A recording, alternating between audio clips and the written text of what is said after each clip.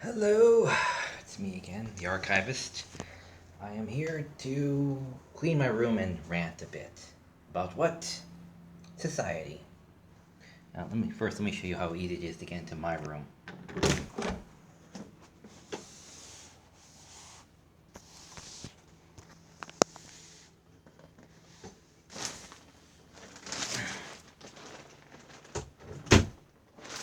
Yes, it's very. There you go. Yeah, it's very tight. So, put you back right here again, and yeah.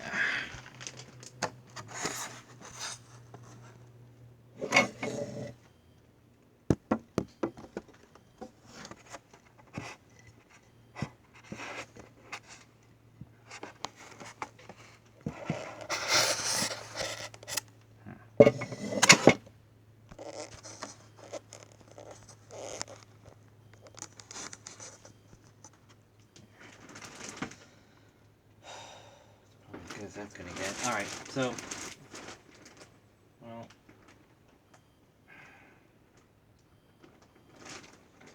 further, I guess.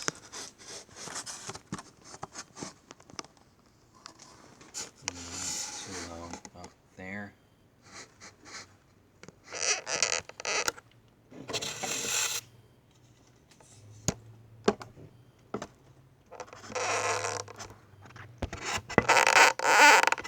Ah, I'm squeaking again. Just gotta jigger rig this thing because I don't have a thing to hold this. You know?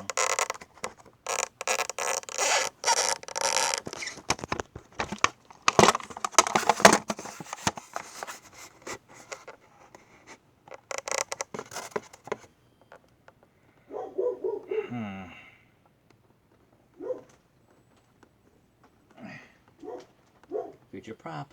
Anyway.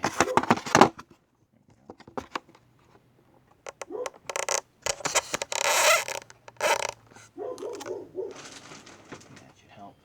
Alright. Okay, so next 20-ish minutes to ourselves here, people. Let's do this. Not working anymore. Why am I wearing this?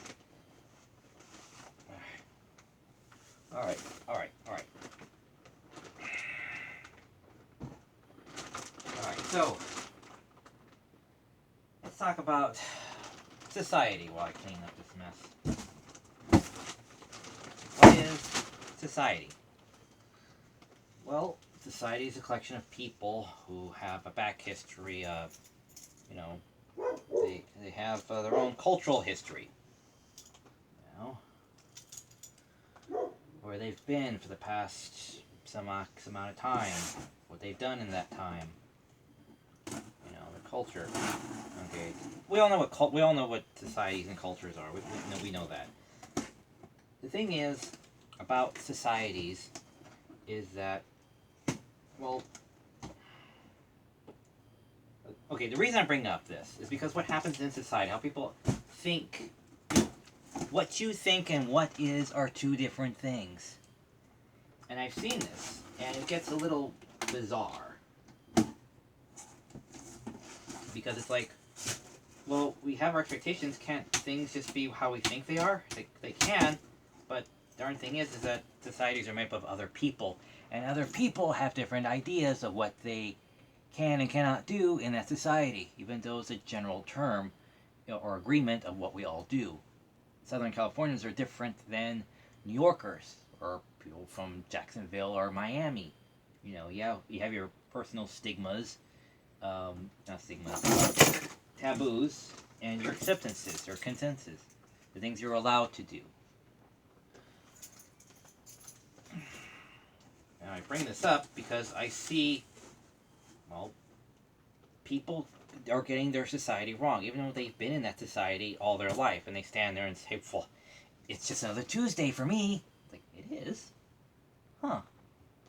But don't you think you should know better? You know? Little life experience? I bring this up because my job, that finally gets me out of this freaking room, I get to see a lot of people. A good number of them are young, and a good number of them are female. And I see, once in a while, this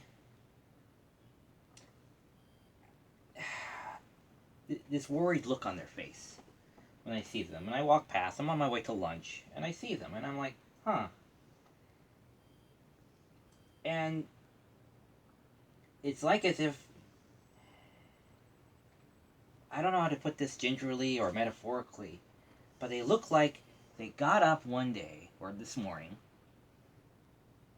got dressed independently. They are adults, they're in their young 20s, so I'm pretty sure, like every other adult, they dress themselves. They go out into society, and they get self-conscious about what they have chosen to wear that day. And it's like, but you chose to wear that, so you should know how that will work in society, because you've had your teen years to understand that, to see for yourself. And people stand there and act like, in the middle of the crowd, in the middle of their day, in the middle of the crowd, they have the realization that maybe this is not the best idea for me, and that I am feeling very, very uncomfortable. And I think to myself, how do you not know that? I've made decisions independently myself, so I've come to understand this. But the damn thing is that you don't know until you try. But the darn thing is that when I do it, I've never done that before. When I used to do cosplay, sometimes I felt it was rather a bit ridiculous. But I've never cosplayed before. When you do it at night, everyone's in costume. The whole city's in costumes. But when you're there, and you're trying to go for a particular theme you've never gone for before. It's not a monster. It's not a this or that. It's a specific theme. And you feel, because you're not dressed the way you normally dress. And, yeah, it feels a little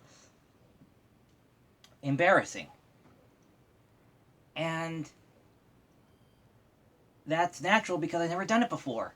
But these people should, unless they live incredibly sheltered lives, act like it's just, I get up, I'm going to be independent, I'm an adult, I'm going to wear this with this body, I'm going to go out there, and life will be okay. And that's the thing, even if they don't feel, uncomfortable, they still have to deal with society. Which brings us back to society. Society is going to do what society does. People are going to be assholes, and people are going to be Boy Scouts or Saints. That's the thing. Society is more on a person-by-person basis. Now, I used to wear dork glasses. Those were my first dork glasses. And I kept wondering, why do people suddenly hate me? Why are people being assholes? It's because they feel that they can do something and not get in trouble for it. Which a lot of them didn't. Because people just laugh shit off. Not laugh shit off, but just kind of like, it's nothing. It's nothing, but because it's not them. If it's not them, their problem, they don't care. Or perceive it as a problem. So, I understand the concept of racism is a lot like bullying. It's just someone being an asshole and thinks they can just do it. It's just their Tuesday. So, when people do being a jerk out in society, they're not gonna do it, in the middle of Times Square where they can be seen by everybody. They're gonna do it more in private, in face-to-face things, not out loud to the group necessarily. Or maybe they will. That's the thing. It's what your society is willing to allow, or your social group is willing to allow. But the misconception is that you have to be aware of that, and nobody acts like they did. I didn't, because before, nobody was an asshole to me. I thought everyone was just, my friend, but my acquaintance, my school chum, this other person on the playground. And then after the classes, it's like everyone has to be an asshole because it's something different. You are different, so therefore you are something that's not me. I'm better than you. You know, like I said before in the previous video, I'm better than the other guy. Because. And so, when people see people dress a certain way, that they probably don't normally dress, and that person expects society to be kind because they want to feel sexy that morning. Okay. Well, society's going to do what society's going to do. This one person's going to be an asshole, but the guy after him's going to be a saint. He's going to say, good morning, and mosey on his way. Whatever have you. That's the thing. You can't really predict what people are going to do as a society. But you have to be aware of it. But no one acts like they've had this thought before at all in their lives. I was 5 and 6, so trust me when I... 6, 7, 8, 9, and 10. So trust me when I say I've had some experience in this going forward from there that people can be assholes. But these are grown people, grown adults, and they act like, well, I couldn't possibly have expected feeling awkward or having someone be not very kind to me or think they're being kind to me. And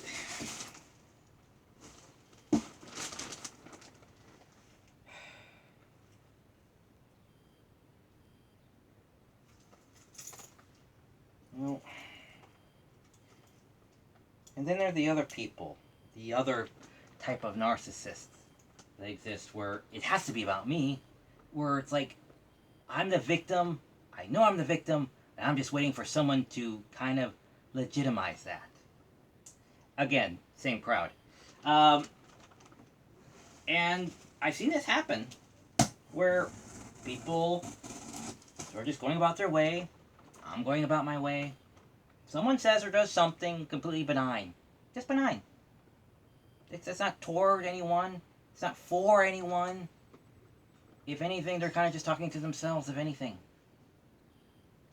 And people are like, well, clearly, that's about me. It's like, no, it isn't. Who's even talking to you? No one. No one's talking to you. But it's all about me.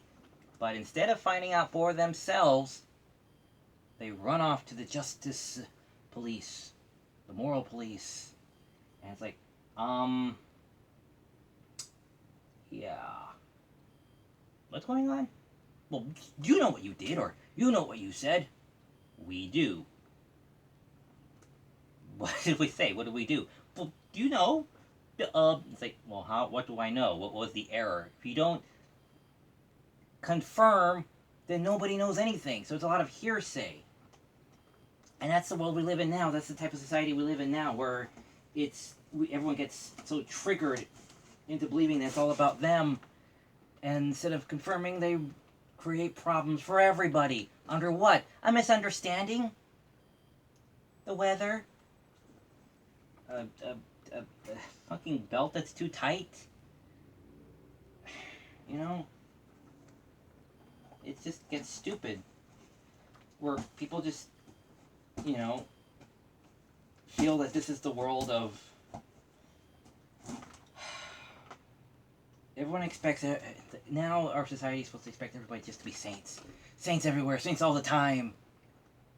And if anything is misunderstood as such, not that it is, not that it's even doing it on purpose, or even if it's done by accident, or not even by accident, but it's a complete misunderstanding of the context of the scene, it just makes everyone's day a bad day.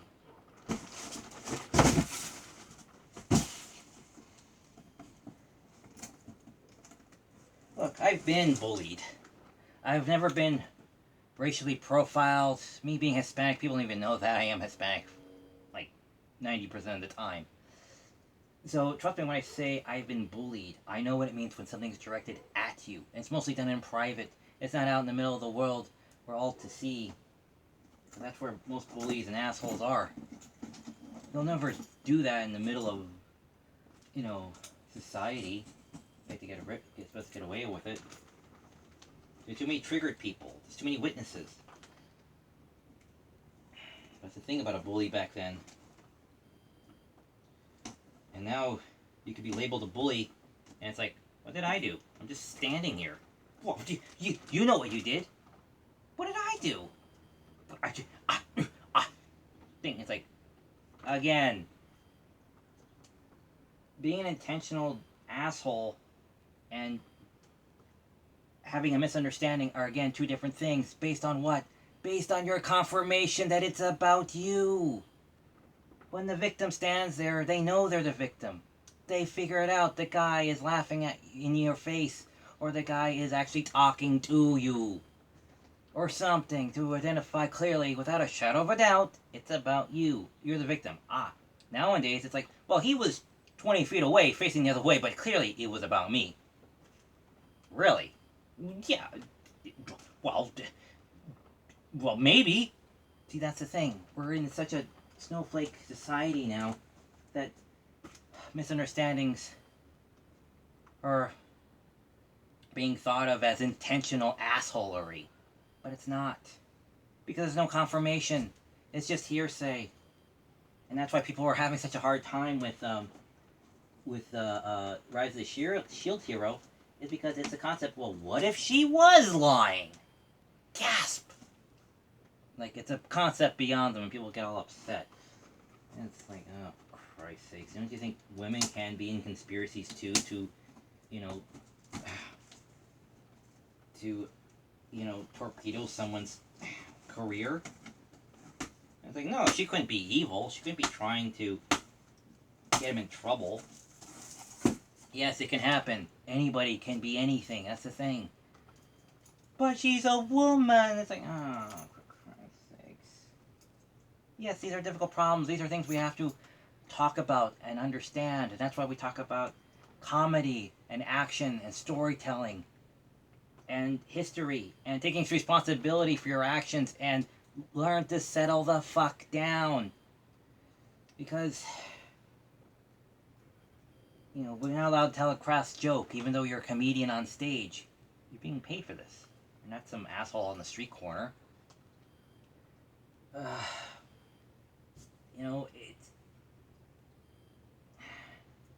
Life is messy, life is hard. Life should not really have safe zones. You don't run away from your problem. You need to face them. Trust me. I ran away once. It didn't help me. It didn't solve my problems. My life was in limbo for about 4 or 5 months. I learned to come back, take control of my life, and I persevered, which leads me to here. That's why I have all this. I had all this before, many times. But with each passing time, I realize running away doesn't solve anything. I have to dream and achieve and build my own 2 hands. This wasn't just handed to me. Okay, the tapes in the front room, those were handed to me. Well, literally I had to carry them myself to the back seat of the car. But the point was, you have to build stuff in life. You can't just take it. It's not going to be just handed to you. Like an easy walk down the street, finally in your, dressing up in mommy and daddy's clothes for the first time ever. It's like, I get to, now that I'm adult, I'm going to dress like, like an adult. I'm going to wear the plungy neckline or the mini skirt or the bright colors. And society's going to be okay with that. No, just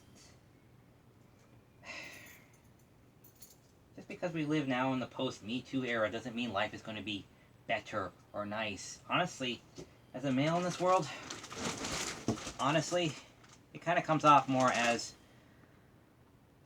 the middle-aged women want respect. They want equality. But what do the youngsters want? To be viewed as a sexual creature. They want to be shown as though, yes, I am a woman, I'm not a child. Clearly, yes. I saw that. I saw that from 50 yards out. Yes, I got that. But then that's the disconnect. One wants respect and demands it and deserves it. But then everyone else says, well, I expect it. Because, well, that's just the way society is. It's like, expecting respect and having respect are two different things. Again, you have to earn it. It's not just going to be given to you. And you're definitely not going to get that while dressing in mommy and daddy's clothes, adult clothes. It's not going to happen. And that's the thing with a younger generation, is they think everything's just going to be handed to them, including respect. It's one of the many things. Other than respect, they think, well, it's going to be handed to me. My future is just going to be handed to me. This resolution is just going to be handed to me. Like mommy and daddy, or some sort of benign or some sort of oversight force is going to come down and make everything okay. I'm sorry, but your parents aren't here to make it better. Calling in the police because you're in a tizzy fit because you're late for work isn't going to resolve this. It didn't. She was still late for work. I don't even know if she even left a lot. But then it's like, well, you know, somebody has to pay for this. Somebody's the bad guy. Who, me? And it's like, what? You asked for my help. And it's like, but somebody still has to pay. There has to be some emotional resolution to this. By whom? Who? You asked for my help. I couldn't really help you any more than the situation you're already in. So what was I supposed to say? No, and leave you to your devices? You know, and then it just turns into a thing where it's like, well, if you can't help me, then you're the problem. Then you're the evil guy. It's like, huh. So because I couldn't fix your problem, you know, wave it away, I'm the bad guy. And that sounds logical there. But then again, that's a child's mentality. It's a desperate need to feel victimized and then saved. That's what they were when they were younger.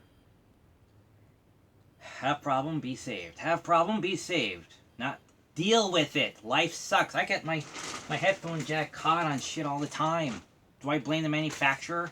No, I blame the fact that I blame myself because, you know, I should have seen that.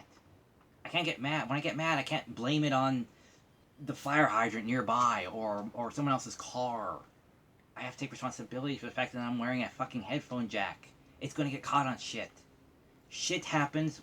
You have to learn to deal with it. You have to confront your problems. You can't just go running away and expect some higher authority to take care of your slightly awkward problem.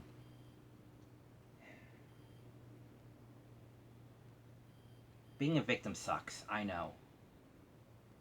But you can't be a victim on a whim. You can't be insulted on a whim. I would love if I could do that, but I can't. I never did.